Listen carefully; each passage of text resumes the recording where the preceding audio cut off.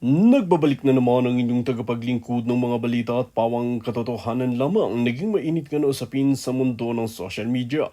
Talaga naman nasasampahan na nga ng Korte Suprema itong si Kuting ng Norte matapos nga ang masusing investigasyon at talagang ipinasa nga ng matitinong mga opisyales laban sa kanya ay talagang patuloy ang investigasyon. Kahit nga raw talagang mataas na opisyales ito ay dapat talagang duman ito sa batas ng Pilipinas dahil hindi niya pwedeng gawin ang kanyang ginagawa na talagang pinapatumba na lamang ang kanyang mga katunggali, ang mga witness at ang mga testigo laban sa kanya.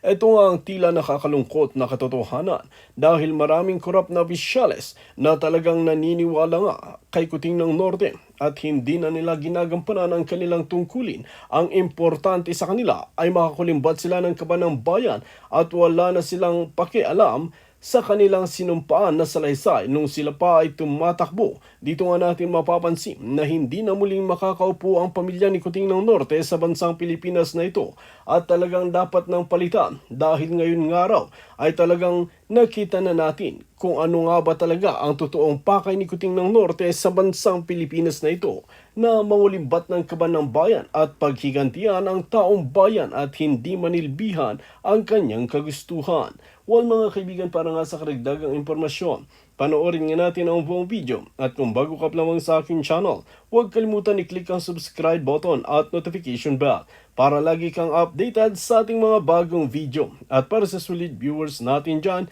maraming salamat sa walang sawang pagsuporta. Alaman daw nito ng box na mga tax documents ng pamilya ni Inday, siya at ang kanyang asawa. Kaya sabi ko kanina sa posting natin sa ating Facebook, kung di pa kayo nakakapalo sa Boldiakan, mga kababayan, pinost natin kanina na sige buksan nyo na.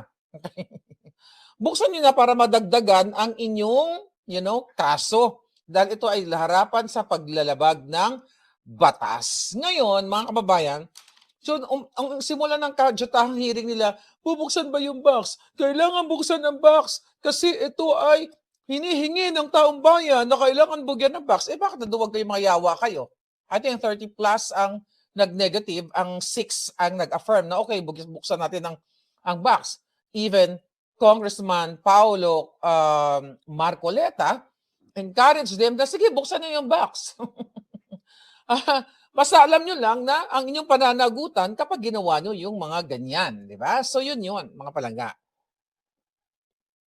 Now, okay, sa pangalawa, gusto nilang ipakita doon sa Committee of Injustice or Committee on Injustice, mga kababayan, na si Inday Sara ay nagkaroon ng threat, alam nyo na yan, sa kay Bangag, na gugurgurin si Bangag, si Zatanas at si Tambaloslos. Doon sa hearing nila kanina, ipinakita lang nila yung spliced video. Okay? Ano ba ibig sabihin ng spliced? I-define natin kasi dinefine nila doon pero tinitwist nila ang ibig sabihin ng spliced. Okay? Okay? Ano ba ibig sabihin ng spliced video, mga kapalangga? Yung ibig sabihin, okay, ay pwedeng pinutol, then pinagdikit, alright, inedit. Alright, pwede rin na tinanggal yung konteksto. Alright, yun yung ginagawa nila. Tapos sabi niya, no, sabi ng, sino ba nagsabi doon? Si Garin, basta yung mga ulol doon, wag natin sila pangalan isa-isa, basta yung mga hayop doon. Dahil kino-question ni Congressman Paulo Marcoleta na ang pinakita na lang video na nagsasalta si Inday Sara na putang ina mo, bangag, di ba? Putang ina mo, putang ina nyo, ba ma-play natin, na pag ginurgur niyo ako, ganyan-ganyan, mainatasan na ako, nagugurgur sa inyo. So, ang pinakita nila doon sa spliced video na yon is really, sabi ko nga, out of context. Pinutol. Okay? Pinutol para mag-iba yung meaning, yung konteksto. Tama si Kong Pao Marcoleta doon at tama rin tayo doon. Prior to that, actually, nag-post tayo sa ating Facebook. Tapos buti na lang, ni-raise yan sa manifestation ni Kong Marcoleta. And now, dinedeny, itong si Garin, itong si Deng Vaxia Queen, dinidepensa niya na, teka muna, ano ba yung definition nitong spliced na to? Hindi ba ang spliced ay yung pinagputol-putol or hindi AI. Hindi ganoon ang ibig sabihin, bobangga rin. Okay? Tapos, sabi naman ni Batibag na tumanggap ng according to Lorraine Badoy, tumanggap ng, mayroong tinanggap na 1 billion na flood control. Ang mga putang ina, ang sabi, authenticated yung video na yan. Ibang ibig sabihin ng authenticated sa video na present nila, which is authenticated, iba sa spliced, meaning pinutol para magmukhang masama si Inday. Hindi naman magsasalta isang tao na, okay, like particularly si Inday na, putang ina mo, ganyan, ganyan. Teka, ito. Pakita na natin ito. Alright? Bago ang lahat, spliced po yung video para magmukhang masama si Inday Sara sa ating mamamayang Pilipino. Pero sa totoo lang, tinry na nila, hindi sa pa rin nakukonbinsi ang taong bayan, ang karamihan, na si Inday Sara ay ganito, ganire. So gusto ko lang malaman ninyo na yung press ko na yon noong November 2024, online actually yon, ng time na kinontempt nila ang Chief of Staff ni Inday Saras na si Chief of Staff Attorney Zulaika. Remember that? Andun ako noon, okay, sa press ko na yon. Pero ang papakita natin yung tanong ni Princess Maui. Okay? Ni Princess Maui dahil concerned siya kay Inday Sara. Ngayon, mga kababayan, kailangan kong i-play to sa inyo para hindi kayo malinlang. Alam ko, majority sa inyo, hindi kayo nalililang. Yung nandito lang naman, yung mga trolls na pilit na infect ang ating, ang narrative. Here we go. Ay, teka lang, medyo maliit. Okay, so ito yon. Okay, lakayan ko lang ng konti ha. Ganyan na. Alright. Okay, play natin. Right? Okay. Play. Princess, you're raising your hand.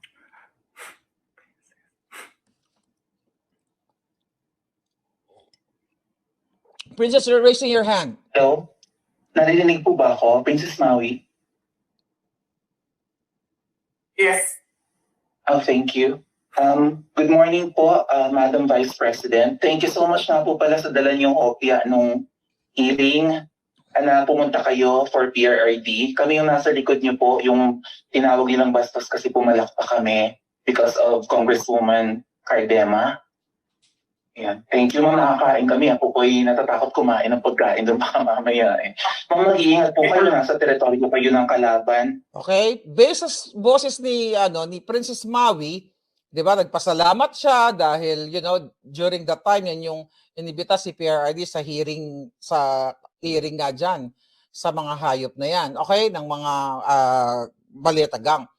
So, ibig sabihin dito, si Maui ay concerned kay Inday Sara na mag-ingat po kayo kumain kasi po kami natatakot dyan. Kasi nga, walang tayong tiwala dito sa mga maleta gang na yan, mga sindikato. Listen. Okay lang po kasi sila naman sila talaga yung bastos eh. You reap what you sow. Siya talaga Yeah. Mag-ingat po kayo kasi sa dinami-rami po ng inyong mga pasabog ngayong gabi, it seems like marami po talaga kayong alam about them, no? Dahil sa pagkakasama niyo sa kanila during the campaign and during the 2022 elections. Baka po mamaya kasi totoo yung mga naririnig namin or yung, I don't know if it's true, na meron daw silang Operation Romanovs and baka bala kayong ubusin. Okay, narinig nyo? Yan yung konteksto sa tanong.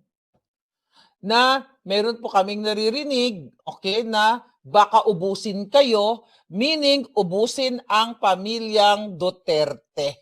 Okay? Kasi merong naririnig na plan or Operation Romanov. Okay? I-define natin kung ano yung sinasabi ni Maui na plan Romanov. Okay? Sa konteksto. Which is, tanga yung nag-explain doon kanina, yung kulot, hindi naman lahat ng kulot-salot, pero yung kulot na salot doon sa maleta kongresista, sabi niya, kunyari kabisado niya yung kwento. Ayan po yung story ng mga Romanov noong 1916. Di ba? Kunyari di siya tumitingin sa notes siya, para kunyari kabisado niya yung history. Ulul! Di ba? Hindi 1916. Okay? Ito babasahin ko. Dahil di tayo nagpapanggap dito na kabisado natin ang history. Ito, ang Romanov Dynasty na kung saan ang pinakahuling royal family sa Russia. Okay, simula 1613 to 1917. 300 years. So hindi 1900. Sino yon? Zamora yata pangalan nun yung kulot na yon. Okay, sino-sino itong mga pamilyang ito? Sila ay emperor. Sila yung mga emperador. Sila yung mga parang hari ang equivalent nung time na yon bilang mga Tsar. Okay, ang tawag sa Russia.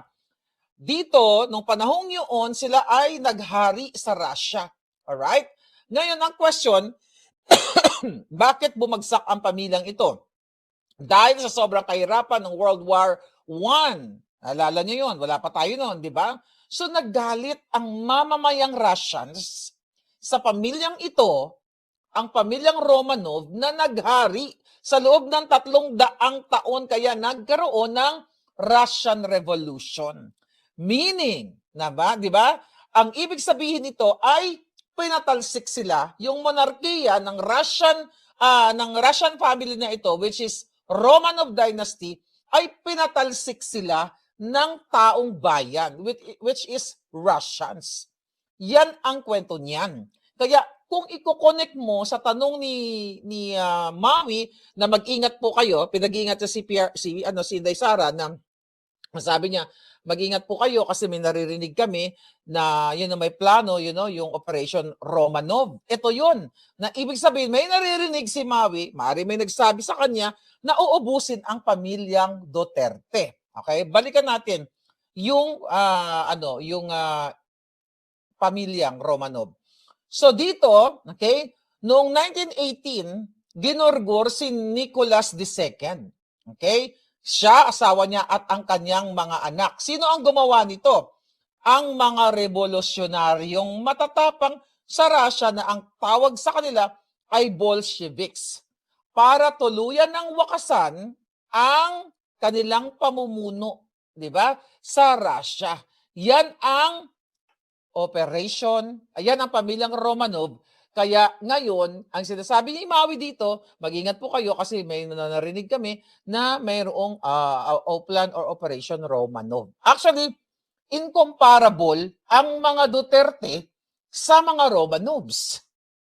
Alright? Incomparable. Ang dapat talaga dito, ang mga Romanov, yung mga bangag. Alright? Kasi sila nag-ari. But anyway, bago ako pumunta doon, ngayon, kaya mga kababayan, ang ginagawa nila ngayon, mamaya na tayo sa ibang topic. Okay? Tignan natin. Tuloy muna natin. So yan, na may narinig si Maui, may nabalitaan na baka ubusin ang pamilya ng mga Duterte kasi they're political, di ba? Kana gagawin o gagayahin ang nangyari sa Ang Russia. inyong pamilya, dahil hadlang kayo sa kanilang mga balakin in the future, so mag-iingat po kayo.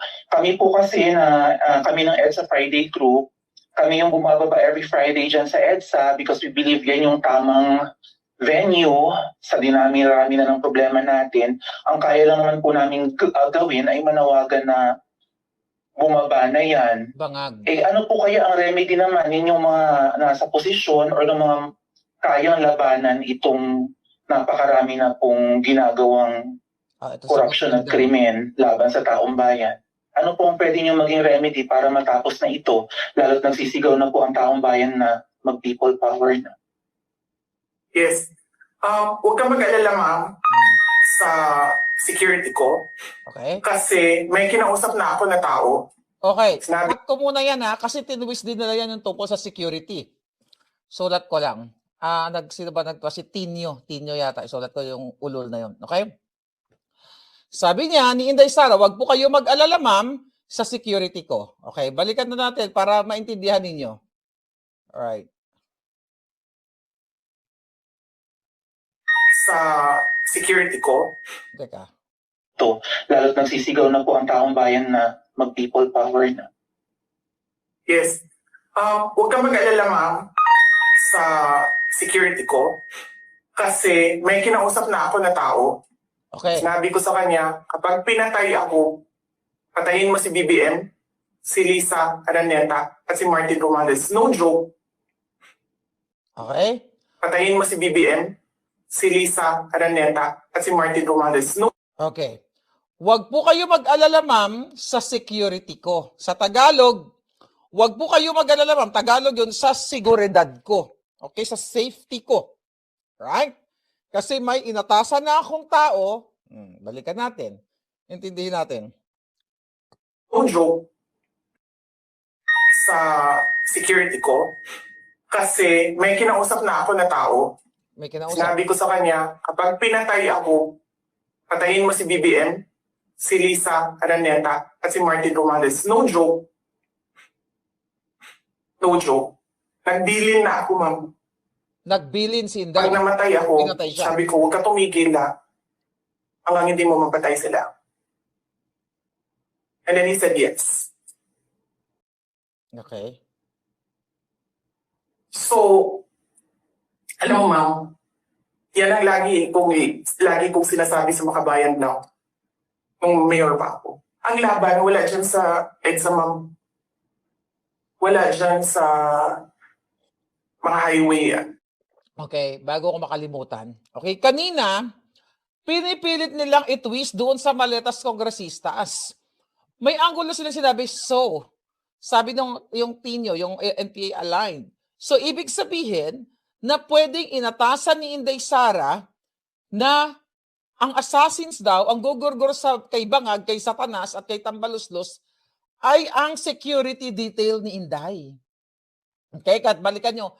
Pinipilit lang idiin yun. So, isa, maari, okay, sinagot din ni Matibag, di ba? Yung tibag ang utak ng hayop na yan, sinagot din niya na nag-agree siya na, oo, yes, posible. Na ang sinasabi ni Inday, ganito, harap-harapan talaga ang pag-fabricate, pag-splice, ipag-twist nila sa sinasabi ni Inday Sara. Dahil ang sabi ni Inday, maliwanag, wag po kayong mag-alala, ma'am, kasi wag po kayong mag-alala, ma'am, sa security ko. Tinwist nila yan. Wag po kayong mag-alala kasi may security ako na inatasan na gurgurin si Lisa. Ganon nila i-twist ang mga putang ina kanina, kaya natatawa na lang ako, or kung pwede nga lang kulamin ko at nang magurgur na yung mga hayop na yon. So ganyan, kababoy. Itong maleta kongresistas na ito. Ano pa sinabi ni Inday dito? Ang laban, ma'am, nandun sa loob ng palasyo. Yan ang problema. We appreciate yung expression ninyo. I think okay na yun. Nagpasalamat na si Inday Sara doon. Okay na yan. Medyo mahaba ng konti. Alright? So yun, mga kababayan. Di ba? Talagang pinipilit na twist doon kanina. Nagkakasundo ang mga siraulo. Parang hindi naman natin alam na nakatanggap yung mga putang inang nyo ng pera ng bayan para i-twist na yung statement ni Inday na wag po kayong mag-alala, ma'am, sa security ko. Sabi ng gunggong, dadaan sila lahat doon. Lalo na yung Tino na yon. Okay? O sino pa ba? Lahat sila doon. Halos lahat nag-agree. Na sinasabi na posible ba na ang ibig sabihin ni Sara Duterte na ang sinasabi niyang security, excuse me, security niya yung isa sa mga security detail niya or dating AFP. Kung nanood kayo. So, pilit nilang tinitwist, mga kababayan, ang pinakita nila, hindi yung buong video, ang pinakita lang nila, yung putang ina mo, Lisa, ganyan-ganyan. Ito yun. Hindi. Actually, hindi pa pala tapos to. Sorry. I have to show it to you. Ng disgust, ng pagkamuhi, ng hopelessness, kasi it reflects kung ano yung nararamdaman ng marami, milyon. Alam ko yan, ma'am, kasi kahit saan ako pumunta, ako ang sinasabihan, binoto namin yan dahil sinabi mo, iboto namin.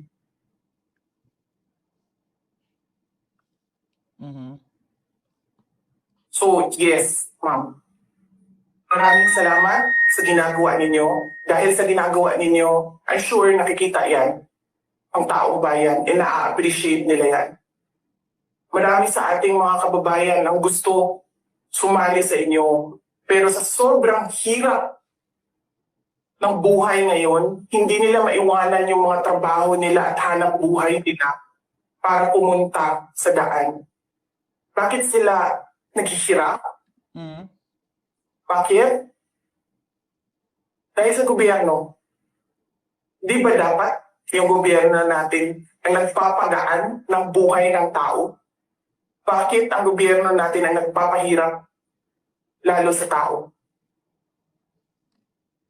Kasi gusto ba nila lagi na lang mahirap ang mga tao para madali mapasunod? May mga lugar kami sa Mindanao na ganyan ang mga politiko. Gusto nila mahirap lahat. Bahugan lang nila ang kwarta. Governor na sila, mayor na sila, congressman na sila. Hanapin niyo, ma'am, yung mga lugar na sobrang hirap sa Mindanao. Tingnan niyo anong gawain ng politiko. Pinapakain lang ng pera ang tao. Pinabastos yung kanilang pagkatao dahil wala silang pakialam. Yan din yung mga tao na gusto sumama sa inyo, na nakikiisa sa inyo, pero hindi nila maiwanan yung hanap buhay dahil sa pamilya. Madami yan. Okay. Okay, yun yun. Alright. So, yun. Okay? So, mga kapalangga, yung pinapakita doon, dali. Okay, wala na. Alright, good. Okay? So, doon pinapakita yung putol-putol, okay? O putol-putol or spliced video na sinasabi nila na, yeah, authenticated naman yan eh. Ganyan-ganyan. Yes, okay? Authenticated. Pero nasaan yung konteksto? Di ba? So, kasi gusto talaga nilang sirain si Inday Sara sa atin ng mga supporters para makasakaling mauto nila tayo. Alright? Another issue, yung ina-highlight talaga nila, yung minumura ni Inday Sara si Nabangag, na putang ina nyo, ganyan. Di ba? Alam nyo na yun. Yun lang. Then also, yung ina-highlight nila na sinasabi ni Inday na, naku, parang gusto kong talagang tanggalin yung jolo ni Bangag. I think meron tayong pin-repair dito. Okay? Tungkol sa tanggalin yung jolo ni Bangag. Sinasabi nila kasi na sa mga statements ni Inday Sara, kailangan mapatunayan nila na kailangan ma-impeach si Inday Sara dahil ito'y inciting to sedition, high crime, di ba itong ginagawa ni Inday Sara. Here's another, ito. Ito lang yung ang pinakita lang nila yung tatanggalin yung jolo. This time. Okay, teka muna. Mr. President. Alam nyo naman, di ba, kung ano yung issue ng bakit sinabi ni Inday, naku, gusto ko talagang janggalin yung jolo niya. Okay? Kasi nga, merong isang PMA-er na graduate na nag-ask, iningi yung relo ni Bangag. Siguro mamahalin yung relo, galing sa pagnanakaw, kaya hindi talaga niya ibinigay dito sa PMA graduate na ito. Kasi nga, siguro itong PMA-er na ito, dahil nga ng panahon ni Pangulong Duterte, binigay ni Pangulong Duterte yung relo niya dito sa PMA graduate din yon, di ba? Binigay. So, iniisip siguro nitong itong graduate na ito, dahil birthday din niya yata nung time na yon, singin ko nga ito, baka ibigay sa akin ng presidente, baka, siguro ang tingin niya kay Bangag ay mabait, kaso nga demonyo. Ito yung sinabi ni Inday.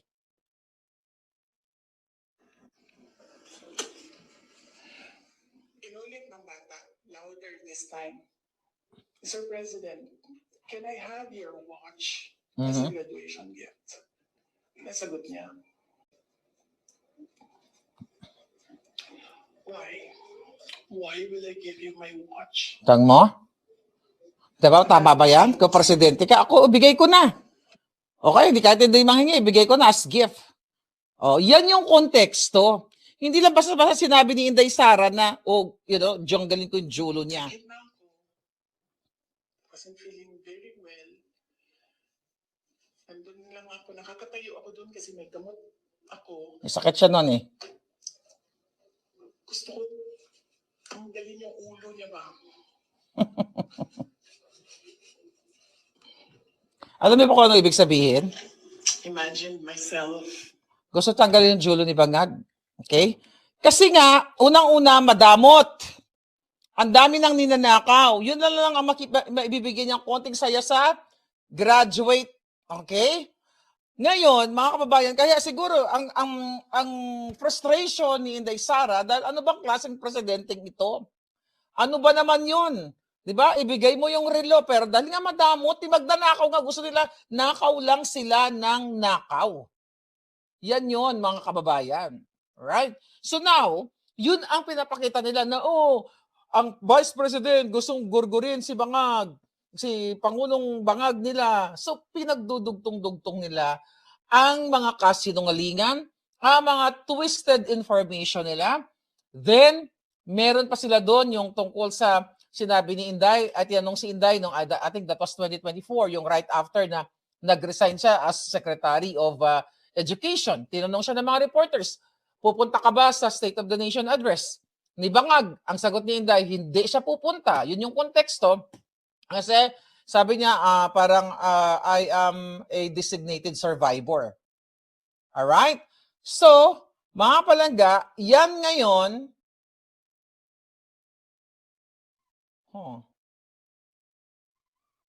Wait lang